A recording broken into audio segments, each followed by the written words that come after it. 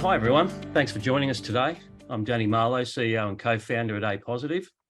APositive are a funding and payroll services provider, and we're all about helping recruitment businesses grow.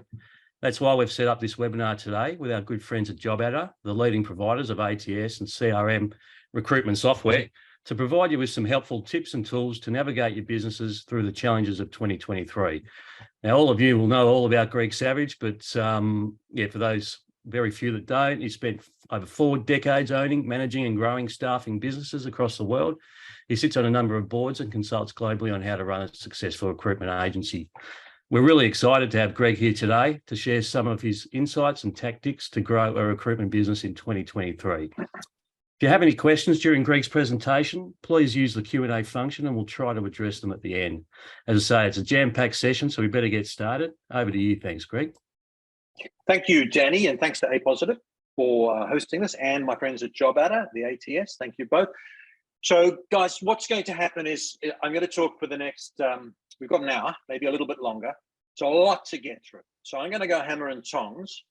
2 bits of good news. You can ask questions, and also you will get a link which will allow you to review parts of the presentation if you see the need for that. So let's dig into it. So I had a client say to me not long ago, after his job numbers had declined slightly in the last quarter, that the recruitment party was over. That's what he said. He could not be more wrong. I just want everybody on this call to get some context. We had an extraordinary boom in jobs and demand post-COVID. We had a beautiful 18 months in this industry. And all that's happened is it's gone from outstanding to good. We are in no kind of a downturn yet. I can't predict the future. I might try foolishly later on. We're in no downturn. It is still a good market. It's just that we had an extraordinary market. And so right now, you still have wonderful opportunities. We have systemic skill shortages in this country and many others. That underpins a long-term growth for the recruitment industry. There are opportunities everywhere for market share and diversification. But this is the important part. The market has changed. The dynamic has changed. Clients' hiring criteria have changed. Candidates' confidence has changed and their expectations. So you can't go into this future, and by this future, I mean like today onwards, with exactly the same mindset and tactics as you had over the last 18 months. There is no guarantee that you'll be match fit to take it. And I'm talking to owners of recruitment companies, but I'm also talking to recruiters, and I know there are a lot of them on this call. You won't just rise on the tide, right? I said it's a good opportunity, but recruitment is never easy. That's the thing I have to impress upon people. You don't get an easy market. Short candidates, hard. Short clients, hard. We need to be good at different things at different times. So just remember that the skills and tactics and strategies and the standards and the processes and the concepts that got you here, and by here I mean, I know I'm the board of 16 recruitment companies. I talk to owners of recruitment companies every day of my life. Many of them have had record profits and revenues. And if you think that employing exactly the same tactics going forward will maintain that, you are in for an unpleasant surprise. But that's never been different. You've always had to be dexterous. You always have to be nimble. You always got to finesse the way you do the job to take advantage of the conditions. So I like to start here. And this session isn't about planning to sell your business, but the interesting thing is, if your business is sale ready, I'm talking to owners and managers, but consultants should be very keen to hear this too, because you need to make sure you're working for a business that fits the criteria I'm about to share with you. The characteristics of a highly saleable business. Owners of recruitment companies ask me every day, how much is my business worth? What's the multiple? Would someone buy it? What would I? The thing is, whatever makes a recruitment company saleable, and I'm going to tell you, are the same things that make it highly profitable in the good time and also make it highly resilient in a downturn. So you want those things, and these are what they are typically. First of all, I invite owners of recruitment companies to cut the hubris. Everyone thinks it's like owning a house. Everyone thinks their house is more than anyone else does, and everyone thinks their recruitment company is more than anyone else does. The starting point is strong profits, obviously. As you know, a recruitment company is valued on a multiple of historical profits, but profits are only one component. So let me give you an example. Recruitment company here, A, let's call it A, with 10 staff, all permanent, making $1 million profit. Recruitment company here, 10 staff, 60% of the gross profit coming from temp, making $1 million profit. The second company will be worth about 3 times as much. So there are different criteria. And what a buyer looks for is a defined and written strategy. And I'm a great believer in planning, and I'm a great believer in executing on a planned strategy. And a buyer will look for proven execution of the strategy. In other words, have you had the ability to deliver on a budget? Because while I said to you that a company is valued on its historical profits, what the buyer is really buying is the certainty of future profits, because the historical profits that don't go to the buyer, the seller has that. So the buyer wants to know, is this going to continue? Have you got a track record of delivering? And the key thing is annuity revenue, temp, contract, RPO. I love perm, absolutely adore it. But perm is an unfaithful lover. It will disappear at the slightest hint of a downturn. Whereas contract and temp is much more resilient. We look for a low concentration risk. And what I mean by that is all your billings are not tied up in 1, 2, or 3 people. Or all your sales relationships are not tied up in 1, 2, or 3 people. Often you see a recruitment company which has 10 billers, but actually the 2 owners hold all the client relationships. That reduces its value. Or 30, 40% of your billings are coming from 1 or 2 companies. That makes it less valuable. So you want multiple revenue earners. You want high productivity per head. By per head, I mean every staff member, not just recruiter. You want a proven candidate acquisition process. So if your candidate acquisition strategy is running ads on job boards and going to LinkedIn, those things are not bad, but they're not enough. They're not differentiated. I can sit here in my home and I can go to job boards and LinkedIn. So therefore, that makes me no different to you, and that is a bad thing. You want to have a differentiation. You will have a business that's highly process-driven and productized. In other words, everyone follows a process on the ATS, on the training. Or I often go into a recruitment company and they say, we follow a process. And I pick up 10 jobs and only 4 of them have got terms of business signed. No process reduces the value. High margins. So we don't want a low margin business. You can make money out of low margin contracts if you've got a business set up to do that with low costs, but most of us don't. And we chase low margins. And what happens is we do more and more work, more and more risk, more and more staff for less and less profit. Very, very ugly scenario. You need a second tier of management because the buyer wants to look at this business and say, when the owners leave, there are others coming through. And you want to be compliant and have your shareholders agreement in place and all your processes and insurances and funding, etc. And your financial management should be strong. And that's where Danny and his team comes in, because sometimes to grow, you need financial help. Often you do. So that's a snapshot of what a business that's going to thrive going forward would look like. And it's all a leadership issue. And again, if you're a leader, be honest with yourself, run the ruler over yourself and your team. And if you're a consultant, do the same for your leadership. You must learn from the past. I'm going to talk about this. We are terrible in this industry for repeating mistakes, and I'm going to warn you against them. People are looking for authenticity in their leadership. Now, authenticity doesn't mean, I believe empathy is important, but authenticity with empathy. So yeah, we need to be empathetic in terms of what people are going through. There's no point in shrouding everything in a thin veneer of bullshit. People want to be told the truth, even if it's unpalatable. So highly valued is an authentic leader who actually says what she or he means and then delivers on it. Your job to build a sustainable business. That's what the previous slide was about. It's your job to hire new world recruiters. And by that, I mean recruiters that are going to thrive as the market changes. You would all have heard about ChatGPT and automation and AI. Those things are going to impact our business dramatically. They're not going to destroy it, but they're going to change the recruiter's role, and they're going to emphasize where the value of recruitment is. And the value of recruitment in agencies is recruiters who can sell, influence, consult, advise, and create outcomes. ChatGPT cannot do that. So your job as a leader is not to repeat, the job spec of the recruiters you used to hire 15 years ago. It's time to gain market share. This next year is a brilliant time to gain market share because a lot of companies are feeling nervous. They're retreating a little bit. and you can step in. And it's critical that you are innovative and you take an attitude of slaughtering sacred cows. By that, I mean, why do we do things this way? In fact, let's talk about that. You must be disruptive. You know, you probably think you've got a reasonable IQ. You may even think you've got a reasonable emotional intelligence. What about your change intelligence? By that, do you embrace change? Do you understand what needs to change? Are you taking the opportunity? Everyone talks to me and you every day about recruitment's changing and ChatGPT and AI and everything's different. And then we go and deliver exactly the same strategies we've done for the last 25 years. Why do we do it this way is the smartest question in recruitment. I had a client the other day, well, it wasn't the other day, it was a year or two ago, who said, why do we get our recruiters to type a massive cover summary of the resume when they send it out? And the leadership said, because that's what gets the interview. The client reads that and we sell the candidate with our little profile. And the owner said, I don't believe it. I think they flick straight to the resume.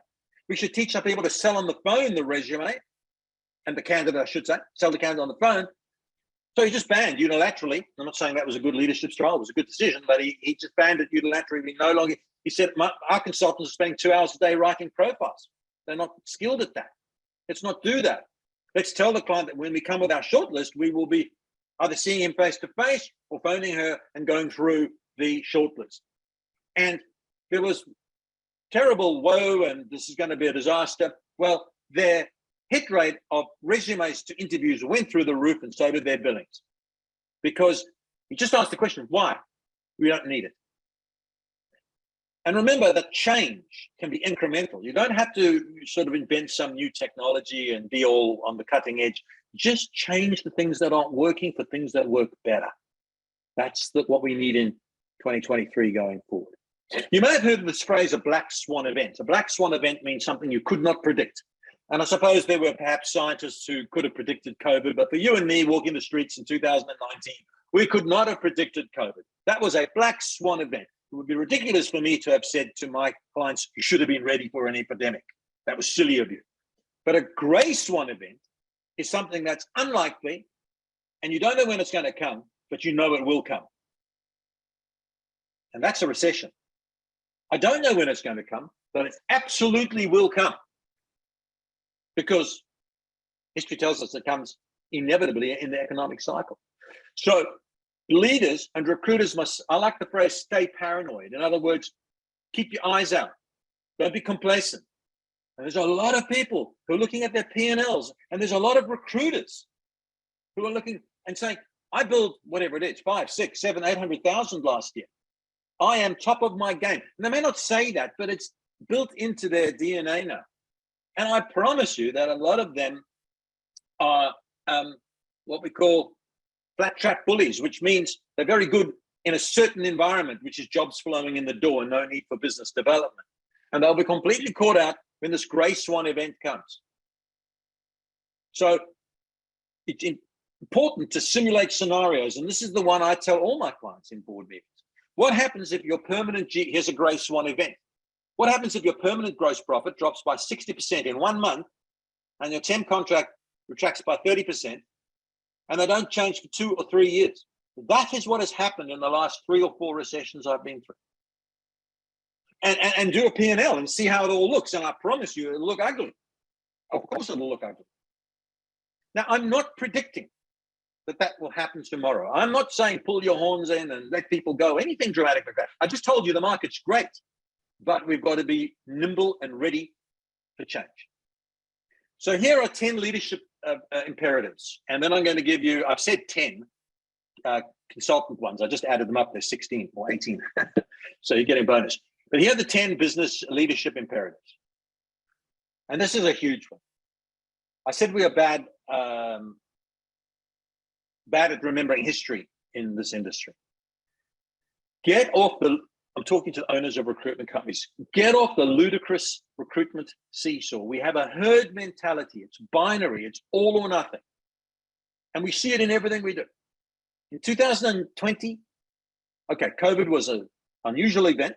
I'll give you that. But it could have been a downturn. And what happened was that 40% of agency recruiters in Australia got fired. Most of them had less than 1 year's experience. That was in 2020. What is the profile of the recruiter that every recruitment company in Australia has been trying to hire? We need recruiters with 2 years experience. Well, no wonder you can't fire them, because you fired them. You can't find them, I should say, because you fired them in 2020. And it's happening now on the client side, talent acquisition. Recruiters are being let go in droves. These are the same recruiters that those corporates poached from agencies at a massive buy-in premium. Recruiters on 80 were offered 120 to go in-house. Now they're getting fired. And if there's a downturn, a measurable one, significant one, a lot of agencies will pull the one lever they know, let people go. And so it's this kind of seesaw, hire, fire. And then it's like 6 months later, the market recovers. And it's like, oh, hire, we can't find anybody. It's so dumb. We've got to do something different, which I'll tell you about how to handle the recruiter side. But look at client activities, another example of this seesaw. A year ago, I sat in meetings where recruiters said, I don't have to go and see their client. They give us all their work. There was a complacency, a hubris about clients. They give us all the work. If I heard a recruiter saying, I've never forgotten it, if I have a candidate, my client will take my call, said the recruiter, in a cocky sort of way. So it was all candidate activity. And the JobAdder data they put out recently showed that recruiters increased their proactive candidate hunting activities during COVID. I'm sorry, in the recovery from COVID, as we had that shortage. And now, guess what? They're resorting back to job boards and LinkedIn.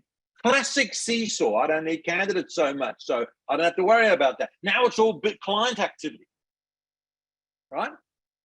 So it's this ridiculous seesaw. It's a leadership issue, but it's also a recruiter issue. Let me tell you, there are recruiters, maybe listening to this call, but there are thousands of them in Australia who've got roughly 2 years experience, who build a lot of money, who have never met a client in their lives. They have no business development skill. They have very little credibility with clients, and they have almost no relationships. They have been very good at the process, and I'm not denigrating what they've done. They've been very sharp, but they are lopsided. So get off the seesaw is the first thing. The second thing is, this is to the leadership, you should be adopting a people are primary approach. And there's plenty of managers, sad to say, who are going a little bit rogue arrogant. And what I mean by that is they're thinking, the wheel's turning, the boot's on the other foot. Well, good people always have a choice. And you should be getting closer to your people than ever before. I continually hear owners of recruitment companies say, I got a huge shock. Mary resigned. She's been with us 10 years and I don't know why. I thought she was inside the tent. Well, no assumptions is my advice to you. You need to get closer to your people, invest in their development. And those people who are good but still have a long way to go, invest in them now, equip them with the skills so that they can cope through a potential downturn. So that when the recovery comes, you've got this whole army of good, strong people, battle hardened and ready to rock and roll, instead of letting them all go. And then when the market picks up, get in the back of the queue behind every other recruitment company trying to re-recruit. It really takes a bit of planning and thought. And on that point, you need to re-recruit your current staff. It's a phrase I'm using. Don't take anything for granted. Your people have got options. Don't make assumptions. I'm not just talking about a banal, I shouldn't say that. I'm not just talking about a performance review, normal one, how are your dollars and your skills. That's all important. But I'm talking about a deeper conversation about values, development, and growth. Are you sure that your people are getting what they want out of your company? Listen, be slow to understand. In other words, ask a lot of questions. Bring them right into the tent. Of course, good people understand that for the benefits and the development they get, that there's a quid pro quo, which is they've got to be productive. But you need to get closer to people. The last thing you want, send me an email if I'm wrong, is that as the market tightens, your 4 best people resign. And you go, I never expected that. I'm telling you to expect it. Get closer to people and then authentically resolve the issues. I'm not talking about pandering to people, not at all. I'm talking about making sure that the people you value feel valued and are on a path for growth along with you and your company. That's a leadership imperative. And so you need to invest in your people. Just remember that if you hire a recruiter and they fail, basically you fail. You need to look at yourself. So you need a very strong LMS training system. You need smart marketing. And I wouldn't be reducing my marketing during a slowdown. I'd be increasing it, but tying in the right place. Marketing towards clients and prospects needs to be measured by the impact it has on sales. Whenever somebody says to me in a board meeting, and I've been in a million of them, this marketing didn't actually produce any dollars, but it was good for our branding, I don't care. Branding is incidental. Of course, brand's important, but we've got to see that it opens doors for our recruiters. Your marketing should be something that opens doors.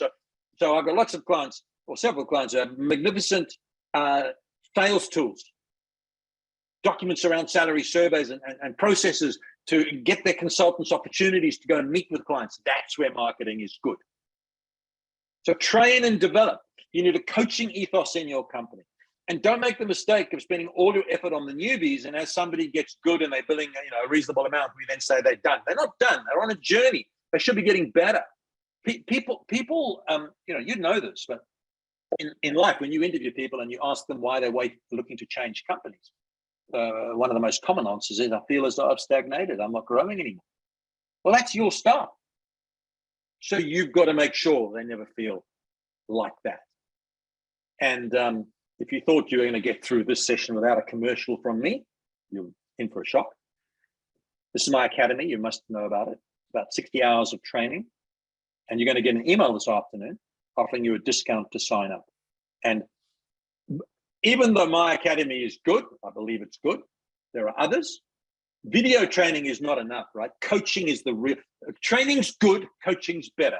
Coaching is when you take something like perhaps my session on how to do a sales and marketing visit, a sales visit, I should say, and then do role plays and coach feedback. That's the part where the learning cements. So you use this as a tool. So be ready for that when it comes. Another imperative, sharpen your candidate acquisition strategies. Don't get on the seesaw and say to your people, it's all about clients. It's very important to and I'll talk about this later, to strengthen your business development muscle, but don't ignore candidates now. And we still need candidates. Most sectors are still, but if it does shift that there's an excess of candidates, don't ignore them. Listen to this statement, which is going to sound so basic, but often people don't get it. The only reason clients come to us is to find candidates that they can't find themselves. So if you can only come up with candidates that they can find themselves, and bear in mind, they've got access to job boards, they've got LinkedIn, and they've got internal talent teams, right? So they've got all that. So if these candidates are easily available, they're not going to come to you. You have to have a talent acquisition strategy. This is a leadership issue that allows you to build tactics outside of job boards and LinkedIn. I'm not saying those things are useless. They're part of a cocktail of things you would use. But you need much smarter, both automated and events, for example, and online engagement. Teach your people how to headhunt and approach people and build their brand. Use an ATS that sharpens your and make sure that your people. How can I put this without sounding harsh? People spend a lot of money on the best ATS, and then they don't make it compliant in the sense that the people don't use the ATS, enter the data, and they don't even search. And so we've got, the truth of the matter is that 50% of candidates that are placed by recruitment companies where the candidate came from a job board, those candidates were already on the recruitment company ATS. Just think about that dysfunction. We went out and re-recruited them, and they were already there because we don't use the tools we've got. So these are some of the obligations. If you want to really be the sort of company that attracts the highest premium, and I know you're not selling your company now necessarily, but those are the same things that make you highly profitable and very defensive in a bad time. And I think you should also think hard as a leader about what is a good client. I think in our industry for too long, a client's a client, a client. It's always worth sort of, flinging a resume at. I don't think that's smart anymore. I think you've got to define what's a good client. These are some of the things I would suggest are criteria for a good client. The client works hard to attract and hire good people. They really do. They move fast. They treat recruitment as a corporate differentiator. I know they've all got things on the wall that say people are our biggest asset, and then 80% of them behave in the reverse. Work with those clients who truly do work in partnership with you. By that, I mean they give you jobs exclusively, they return your calls, they take your advice, moves fast and swiftly as they should in the marketplace. Work with clients who can sell their role, work with clients who have a good employer branding proposition, and they have the ability to sell why it's a good place to work. But also, most importantly, a good client for me is one where your candidates want to work. There's no, even if the client has everything else I've said, if the place is not attractive to work, candidates have choice and you'll get offers turned down. So think hard about where we need a better return on our efforts in this industry. You know, we fill 1 job out of 4 as average across Australia in our industry. That means, think about it, that means we're failing 75% of the time. So if you ever have to go to a brain surgeon for a critical procedure, I'm pretty sure you're not going to choose the one who fails 75% of the time. But that's the service you're offering if you fill 1 job out of 4. So let's think about that. Leadership, you've got to lead the charge to consultative recruiting. I made the point that the future of recruitment agency recruitment consultancy is the ability to build client relationships based on consulting, advice, insights, and being able to sell. And to me, I use the word sell in a very positive sense, not used car salesman. People ask me what I do for a living. I sell. I'm selling to you right now. I'm selling you my ideas. I'm selling you my insights, which you may or may not take on board, but that's what I'm doing. And that's what a great recruiter would do, because technology can't sell. And so authenticity and insights and advice and consulting and persuasion and influencing and creating outcomes, that you know that your job is made up of a myriad of opportunities to do that. The candidate who says, oh, look, thanks for referring that job to me, but I don't think I'll go, I'm not interested. Average recruiter goes, oh, I'll find you something else. Great recruiter says, hold on, let me explain why you should go. And they sell the job to the candidate. And the candidate goes. And she gets the job and she loves it. And you've changed her life and you've changed the employer's problems. And it's a wonderful thing. The client who says, no, I want people in the office 5 days a week. And instead of going, oh, okay, I'll try and find somebody, you say, well, look, I'll do that if you wish. But you're reducing the pool of candidates by 60%. Let me explain what's happening. By the time you finish the consultation, the client has said, okay, 3 days a week in the office, and you've come up with a magnificent candidate who required that, job filled. You solved it. ChatGPT AI cannot do any of that. So that's the difference. And so as a leader, you've got to lead the charge.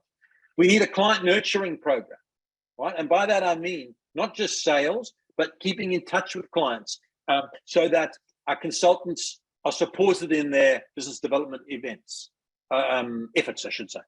And that's a blend of automated, and you should use your ATS, and you should use marketing technology, and it could be newsletters, and it could be invitations to events, it could be other insights, but it's also in real life. And recruitment is merging with marketing. Frankly, a recruitment business should be a mini digital marketing agency as well for both clients and candidates. So I know I've said it's all very human, but it's also very digital. In fact, recruitment is, if you like, the marriage of art and science, with the art being the influencing skills and the science being the technology. You need both. You need both. And it's the job of the leader to work that out. Digital transformation, while at the same time managing the human element of the business, is the holy grail. It's where the magic happens. So embrace automation. Don't fight it. Just be smart and automate the right things. Automation, you try and phone your insurance company. You try and get Qantas to change a hotel booking. What a joke. They've got all the technology in the world. Can't get anything done. So you don't go that route. Your automation makes the candidate and the client experience better. Just because it saves you money, I'll talk about this later actually, it's not a good reason to do it. In fact, I'll probably talk about it now. So any technology you introduce must improve the candidate experience. That is critical. It's good if it takes the drudgery and hack work away from the recruiters. And by the way, the recruiters will pull back against that because they feel, like, for example, so many recruiters, when they get a job, the first thing they do is they run it on a job board because it's a knee jerk, and plus it brings a lot of candidates. 90% of them inappropriate, but it brings a lot of candidates, so they feel busy. You've got to break that dynamic. We don't want to waste our time feeling busy. We want to spend our time being effective. So the drudgery and the hack work, if you've got technology that does that, embrace it, but make sure that it improves the customer experience, client and candidate, gives recruiters more time to influence. And that's why you have to employ recruiters who have the skills to influence. Great technology leads to your recruiters spending less time on their keyboard. That's your job, to create that. It needs to be able to scale. It needs to be able to service temp and contract. And the summary is invest in technology that drives efficiency and improves customer experience. Both. If somebody puts a piece of technology in front of you and says, this will save money, you go, good. And they say, it'll save time, you go, good. And then you say, how does it feel for our candidates, our clients, and our recruiters? And you do not make a decision until you're comfortable that it improves their experience. Or find yourself unwinding that technology a year or two later. And with marketing, build your message around differentiation. Don't just put out, that's another thing about ChatGPT. It's hilarious. People say, oh, it's going to be able to write blogs for us. It can, excellent blogs. But you know where it got the information? It dragged it from the internet. So by definition, it's not original. It's not an insight. It's not valuable. We get so much stuff sent to us via marketing or social or all the millions of channels. And we're very selective about what we read. And what we value is authenticity and insights. That's what you've got to do with your content marketing. But with your actual marketing message, caught that, it's pretty good.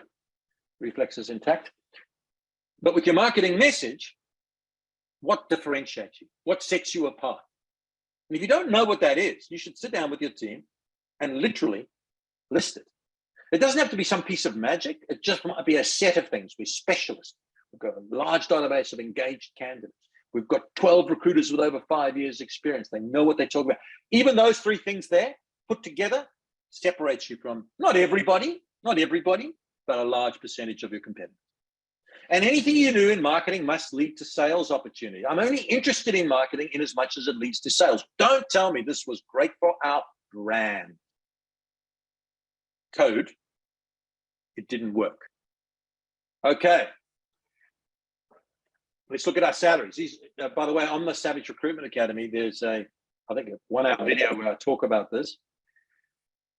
As the market tightens, it's going to expose a lot of very foolish commission schemes. You've got to get your base as a percentage of total billings right. We'll talk about that in just a moment. You've got to align. A lot of people say we have a very, very collaborative ethos in our company. But when you look at the commission scheme, it only rewards individual performance and selfishness. Well, you're fooling yourself. You've got to have a reward scheme that aligns with your ethos and the sort of company you want to build, because the way your commission scheme works will drive behaviors. You need to reward people for what you want them to do.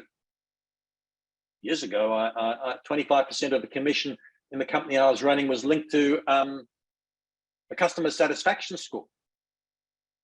So it's like, yeah, bill, but treat everyone well, because we're going to send a survey to everybody every month. And if the score goes down, you don't get your extra 25%. Huge uproar, but it completely changed behavior. Be careful about buying in so-called superstars from other agencies. I'm not saying you can't hire from other agencies, of course. Experienced people are good, but get very detailed about why they're leaving, where they're leaving. It's good to over-reward high performance. I see so many people saying, oh, once they build 5 times their salary, should we give them 40% or 42%? It doesn't bloody matter. Once they build 5 times their salary, give them 50% of the surplus. Reward high performance. The big mistake is to over-reward mediocre performance, where commission structures and bonuses and benefits cut in too soon when the costs haven't been covered.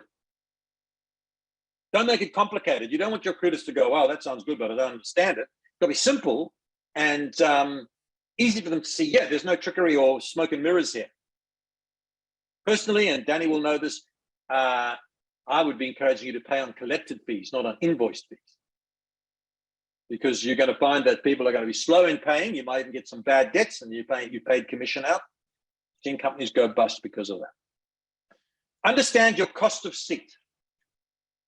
If there's one thing as an owner you should take away from today, along with the other 300 things, is the cost of seat. The cost of seat is the cost per income producer not including their salary. So do it like this. Write this down. Go to your P&L for your company or your branch. Go to the second last line below, just above the profit line, which is total expenses. Get that number. Subtract from that number the total salaries you pay your consultant. That's the total cost of running the business without the salaries. Divide that number that you've got left by the number of consultants, and that will give you a dollar number. And I'm telling you now, it's going to be somewhere between 60 to 100,000. And that's what it costs you to have your recruiter put his or her delicate derriere in your seat before they build anything. So that's a pretty important number to know, because I think you've got to be structuring your commission around first covering your cost of seat, then covering the recruiter's salary, then providing a return to the business, because after all, what are you in business for?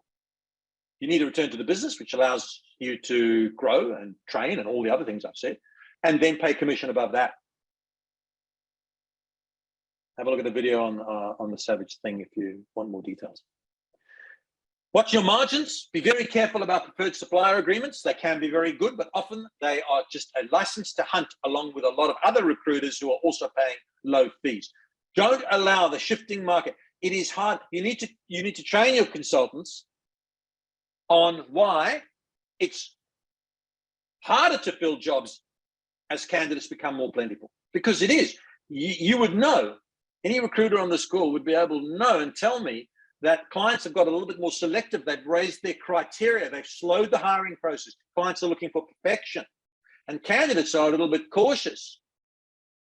And also when you've got a few people who are losing jobs, you get more people applying for jobs. And again, the JobAdder data said that applications per job have increased in the last quarter for the first time in 5 quarters. There are more people applying for jobs. That doesn't make it easier to fill a job. Just because you've got a lot of irrelevant people applying for jobs doesn't make it easier to fill that job. Good people with hard to find skills are just as hard to find. Now that's a conversation you need to equip you.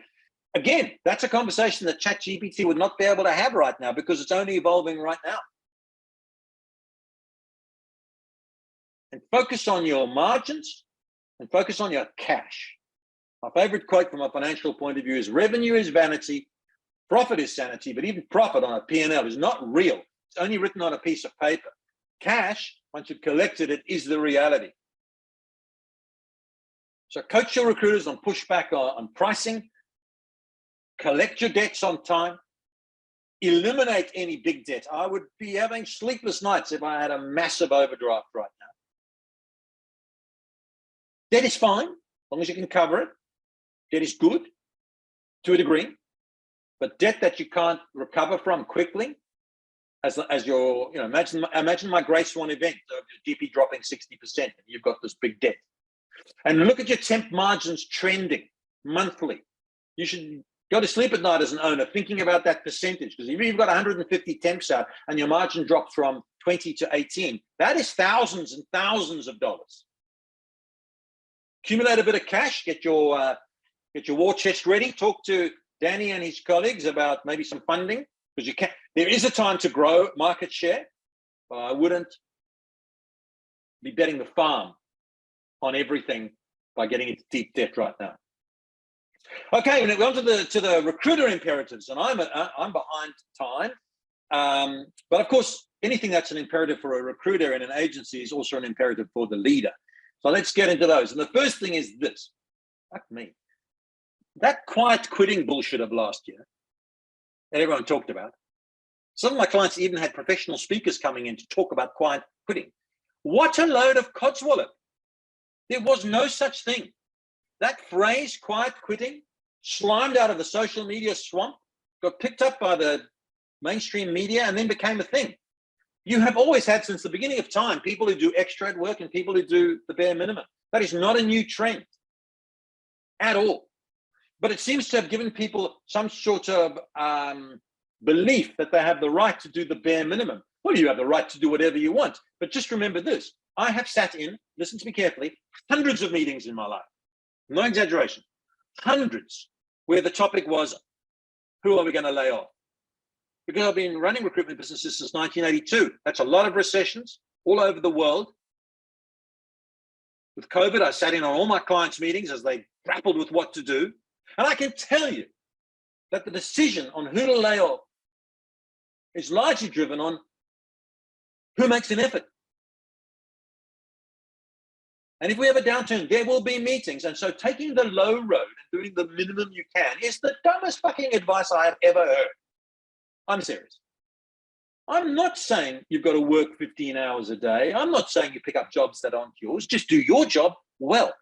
Expand your skill set, build your client base, extend your competencies, be helpful, be collaborative, make yourself visible, make yourself valuable. That's going to be good for your career growth anyway. And if there's a downturn, you'll be on the right list. So absolutely shocking advice that you read. I even read yesterday, there's a new little trend coming. It's called, I may have the phrase wrong, look it up. Do the minimum Monday. And the trend is that we should do as little as possible on Monday. Just return because that will keep us fresh for the other 4 days. Well, good luck with that. Also, don't feel sorry for yourself, right? There's no luck in recruitment. There is no luck in recruitment. Yeah, I know if a meteorite hits your candidate on the way to a third interview, that's unfortunate, mostly for the candidate. But over time, there's no luck. People who do good activity and high activity at good quality do well. End of story. The market is still very good. It's just that the conditions have changed. So I'd be going out and I'd be brickwalling all my valued existing clients. So who are my top 25 clients? Now that might be a question for a branch or a company. You might say, who are my top 10 clients as a individual recruiter? And then say, have I seen them in the last 3 weeks? And the answer will mostly be no. Although some people are now doing this, which is good. Get out and meet them. And if you've got one client, individual contact at a company, use that person to introduce you to other decision makers. Infiltrate. Give yourself a performance review with the client. And by that, I mean when you meet the client. And look, if you can't see them face to face, a Zoom is okay. But a face-to-face meeting is immeasurably better for building relationships. And it's just a fact. And you'll find that out when the market turns and suddenly those clients you thought were good clients no longer remember who you are. Give yourself a performance review. Say to your client, Mr. Client, look at this. We filled 9 jobs with your company last year. We lost 2. Can you tell me what I could do better? What more would you like from me? How can I make your life easier? These are the sorts of questions. And plenty of recruiters wouldn't, as I've just said this, they go, huh? Would you really say that? Open yourself up for criticism? Yes, is the answer. What else can you do? Cross-sell it. Go to an event with them. This is your valued clients, not any random person, but your valued clients.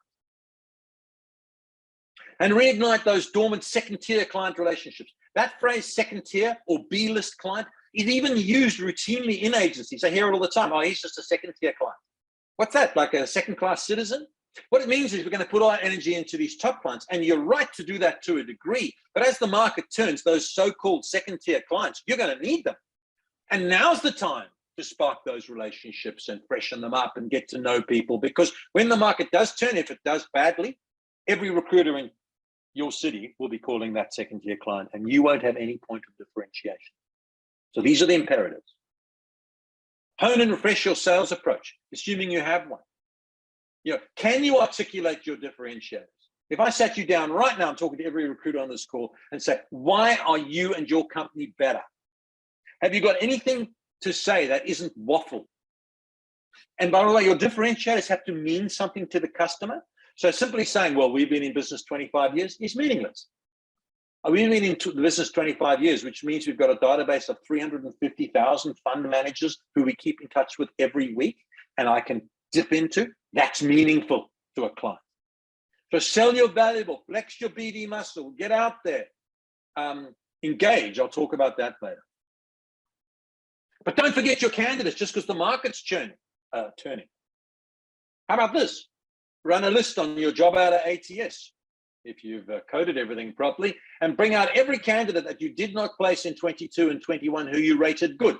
All the jobs you filled in the last 24 months. Somebody came second. Somebody came third. There was a shortlist potential. What happened to all those people? They're good.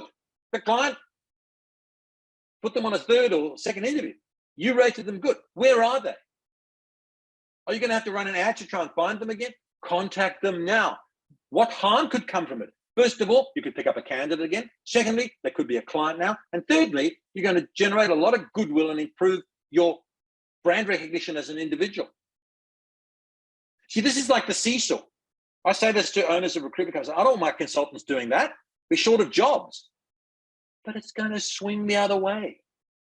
We always need both parties. Engage, right? Get in front of people when it counts. Do a VC instead of a call if that's better.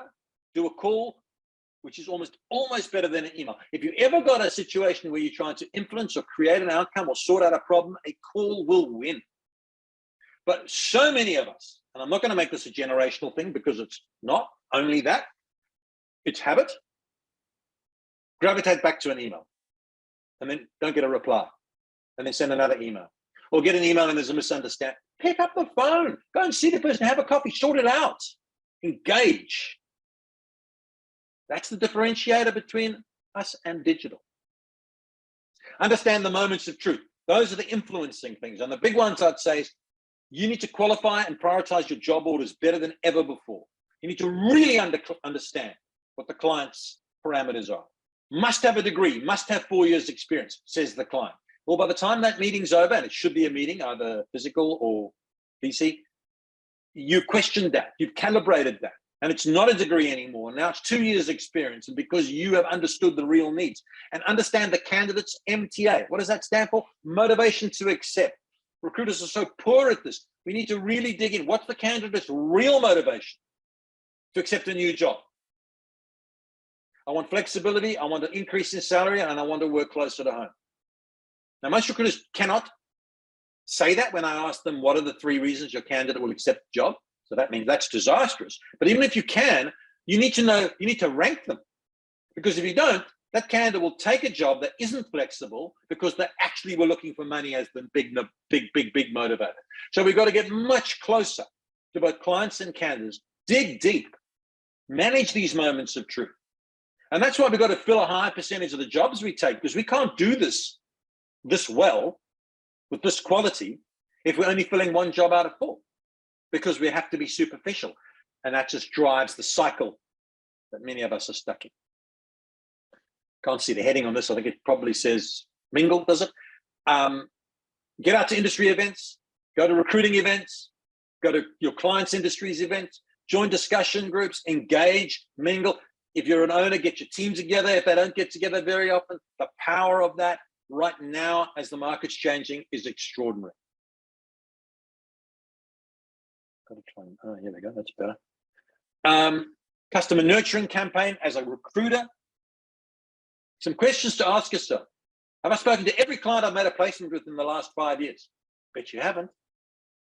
Have I reached out to every client who lodged an order that I didn't fill in the last 3 years and re-engaged with them? Bet you a lot of money you haven't. Have I spoken to every candidate I placed in the last 5 years? You're not headhunting them, but where are they now? Have you contacted every good candidate you did not place? And then that top 25 again. These are just ideas. It's the thinking that I want. It's the change of behavior. It's the swimming against the seesaw. Well, there's a mixed metaphor there, but I heard one. And please don't discount your fees. There's no reason to discount. Good news is that our fees in Australia, according to the JobAdder data, where they've got 7,000 clients on their data, the clients in Australia, and they measure their fees. And for the last 4 quarters, they've gone up slightly. So I gave you some tools. Brainstorm it. Why wouldn't we? Don't race yourselves to the bottom, right? It's just as hard to fill jobs. You work just as hard. Candidates are just as hard to find. You might have more of them. Doesn't mean to say you got the right ones. Clients are expecting more of us. Don't discount your fees where you can, please, and don't let your temp margins be degraded. And if you're going to have to make cold calls, don't make warm calls. Now, what I mean by that, you do need to reach out more. But you know, lots of ideas. I've got a blog on this. Just go to my blog, Savage Truth, and there it all is. Ex-candidates, you know, let's talk between the Melbourne office and the Sydney office and get referrals. You know, these are not new ideas, but we're not doing them. Ask your current good clients, who else do you know I might be able to help? Simple question like that. Oh, my friend works across at HPC. Go and talk to him. Previous placements, social selling, I mean, building your brand on LinkedIn. It's a long game, but it can be very, very reverse marketing candidates. If you've got a good candidate with top skills, get their permission to reverse market them to these 3 or 4 companies and do that. But be creative about it. Let's try to make it. We need to reach out. That's what business development is. But it's much more effective. Is there some, even if it's a small thing, some warmth to the call. Mr. Grant, you may not realize this, but Betty Smith in your finance department, we placed her there 5 years ago. I just wondered how she's getting. You've got to make sure she's still there before you make that call, but you can find that out. And so it's better than, hey, I'm Greg the recruiter. Have you got any jobs for me? That is the lowest level of cold call, and you will get very little success. Build your brand on LinkedIn, particularly a content strategy. I think you should be posting 3 times a week. Always be connecting. I'll bet you a lot of money that if I got your list of your clients, that many of them you would not be connected to on LinkedIn. That is just sacrilege. You should be connected to them on LinkedIn and your candidates, because then they'll see your content, and then you're leveraging your yourself across digital. That's the marriage of art and science. You've got to be able to say something intelligent to a client, but you can leverage it through digital. There are a lot of people on this call who have never met me, but they know about me through what they've read on LinkedIn and my blog. That's leveraging digital. Now, I'm nothing special. I'm just a guy with a point of view about what I do, and you've got a point of view about what you do. It take a long time though, so you've got to take a longer term view. And grow your LinkedIn will give you an SSI score. Do you know what that is? That's a social selling index. Right now, as long as you're logged into index, just search it up. It'll give you a link. Click on it. It'll tell you how good you are out of 100 in building your brand online. And you're not going to be anywhere over 50, and you should be. So go and look at that, and then set a goal to grow your SSI score, which means engaging and content on LinkedIn. I'm going to give you 2 genius client questions. Every time you talk to a client, not every time you talk to a client, but every time you talk to a client in a business development type mode, there are 2 brilliant questions. What else and who else? What else can I help you with? What else is worrying you at the moment?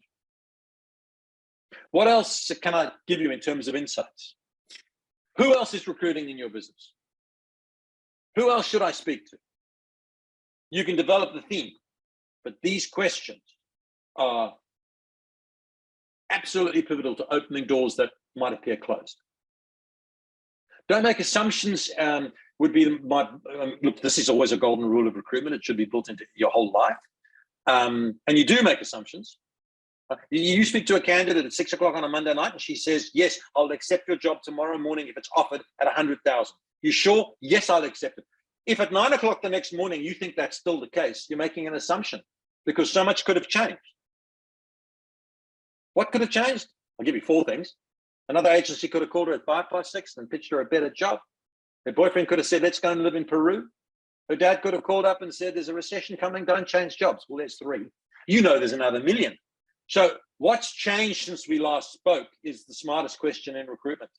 And you should be asking it of every client and any candidate who's in play. Don't assume anything. Dig deep, ask the question. Move from contingent to exclusive. Now, there's a lot of material on my academy, and there's a lot of free material on my blog about this. If you're filling 1 job out of 4, 1 job out of 3, 1 job out of 2, you're still not getting paid for more than 50% of the work you do. You name me a single industry or profession that's happy to do good quality work of the highest level for free. So much of the time.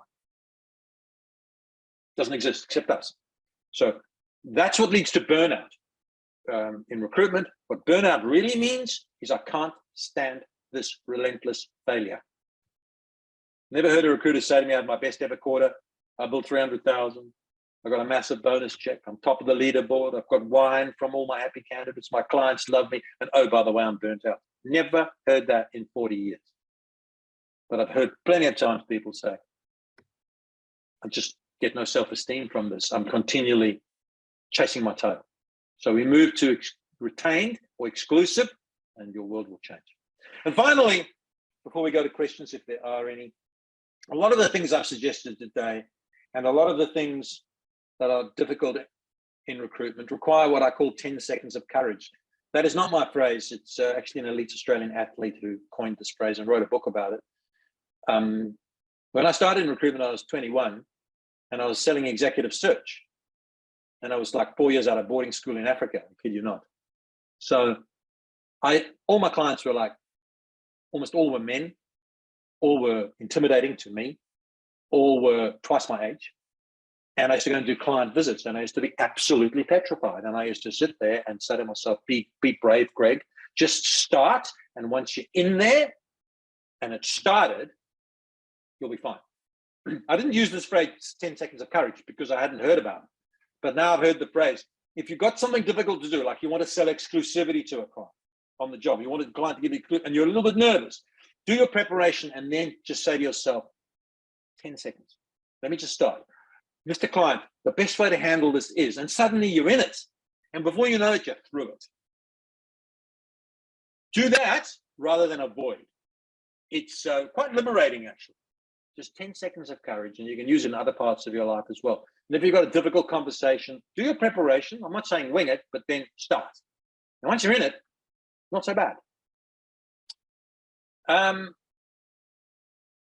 wrote this book that I think it's 11,000 people have bought. So if you haven't, that would put you in the minority. You can get it off my website. But here's even the bigger news. Look at that. I've written a new book. It's not even published yet. That's just a dummy of the cover, and it will be released in May. And it's everything I know about being a great recruiter. Because I was a good recruiter. I wasn't a great recruiter. It's good. But I've worked with many great recruiters and managed hundreds, and those are the lessons I've learned. So that's coming up later this year. And the Academy, you will get an email later today or tomorrow. It will say sign up for the Savage Recruitment Academy. It is quarterly subscription. There's no long-term contract. There's 50 hours of content. I'm doing an expanded version, for example, of this in a masterclass. We are launching a temp and contract masterclass. There's a rookie program. Selling skills, client skills, candidate skills, and a lot for managers. So we'll send you an email, sign up before the deadline. So there was a few commercials, but I told you I was selling. Danny, I think I'm finished. Oh, you can connect to me on LinkedIn. If you send me a LinkedIn connection and you're in the recruitment industry, I will accept it. Danny. That was awesome, Greg. Plenty in there for sure. Look, just the one question that was pretty much covered during, but I don't know if you had any more comments about do you encourage PSAs?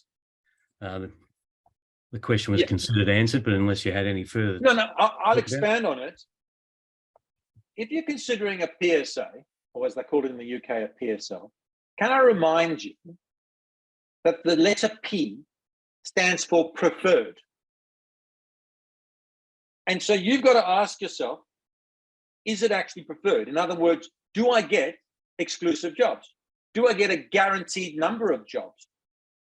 Or is it simply me and 18 other recruiters who used to charge 15%, given the go-ahead to hunt at 8%? In which case, it's not preferred. It's a leverage point by the purchasing department to get your hard-won services for cheap, and don't do it.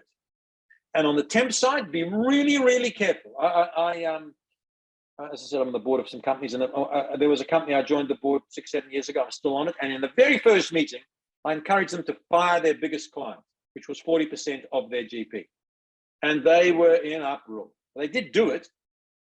I think it was the New South Wales government. It's no secret, because the temp margins were 7%. And I said, you're giving away this incredibly hard to find candidates at 7% in the belief that volume will do it. All that did was soak up all their best candidates on tiny low margin business when they could have been placing them at 21% somewhere else. And not only that, the client was paying in 3 months. They probably had to go to Danny for help because they had no cash. It was ridiculous. So it's not preferred. So a considered preferred supplier agreement where you concede fee normally, but you get something advantageous to you, like a guaranteed volume of jobs and exclusivity and various things. Sure, that's beautiful business. It's good commercial sense. Unfortunately, most PSAs don't work that way. They're very one-sided. So that's how I would approach that. Awesome. Clearly, you've answered everyone's questions, Greg, without them having to ask them. So I guess either that or they logged off an hour ago. So there's always no, they're all still there. I can tell you that. That's for sure. Captive audience. Just someone else was just querying, will they get a copy? So yeah, we'll be sending out a copy of the video of today's session to all attendees and registration. So you'll definitely get that over the next couple of days. Greg, that was awesome. Absolutely jam-packed, as we said. Bringing Yeah, I content, know. I'm sure everyone I got do plenty out of it. apologize. Sorry, Danny. I do apologize that I went quite fast, but I feel quite strongly, as you probably gathered, that there's a lot of things we should be doing. And if we do them and we do them well, it will really take the pressure off us when the market changes. And remember, if I'm wrong and the market doesn't decline soon, I never said that. I said it will one day. But if the market doesn't decline, you still do all these things, because these are all going to improve your profitability and your productivity and your self-esteem, make recruitment more fun, more successful, and your company's going to make more money. And making profit is a beautiful thing, because profit is oxygen. And by that, I mean, if I said to you, you're not going to have any oxygen tomorrow, you wouldn't really think that was important until I stopped giving you oxygen. And profit is the oxygen of business. It allows companies to invest in the things they should invest in, like good technology, training, good people, good marketing, all the stuff I've spoken about today. But just be smart about it. Don't follow the herd. Just be thoughtful as to where, not only, we're a very short-term thinking industry, and I've been guilty of it myself as much as anyone. But I realized over time that, yes, there is no one on this call who has said more than me. How many placements have we made this month? How many clients? No one said that. So very short term. But also I learned the pendulum will swing the other way. Let's be prepared for that. And that gives you such a big advantage over everyone else, because most of them are only thinking about doing those things when it's too late. So avoid that, Danny. I'm not sure if you want to keep going, Greg. There's a couple of late questions. You got a couple more minutes? I know we're running out of time. If people are still asking, and I'm happy to do it. Yep. Okay. Have you seen any examples of good marketing from a recruitment perspective? I know it's a tough one, but just if you had something. Oh no, it's like yes is the answer. Brilliant examples of marketing. That would require another 4-hour session to go in detail, but I've got one client that does quite extraordinarily powerful event marketing. It's got so good that now Westpac is sponsoring their events, because Westpac wants to be in front of their audience. It's an IT business. I've got a client, I think some of their staff are on this call actually, who puts out a annual report, but they don't send it out. They use it as a tool for their consultants to make calls and say, Mr. Client, we've got this report with all the salary information, blah, blah, blah. I'll come and see you and go through it with you. Well, on the day they launched it, I'm not bullshitting you, they made 1,000 client visits. They've got 100 recruiters. That's 10 each. They set up 1,000 client visits in one day. Of course, it took them weeks to do that. But that's marketing that leads to sales, because the marketing idea is let's produce a document that's valuable for our clients. But the sales idea is let's use it as a tool to create a face-to-face meeting. This is obviously a company that believes in my ethos.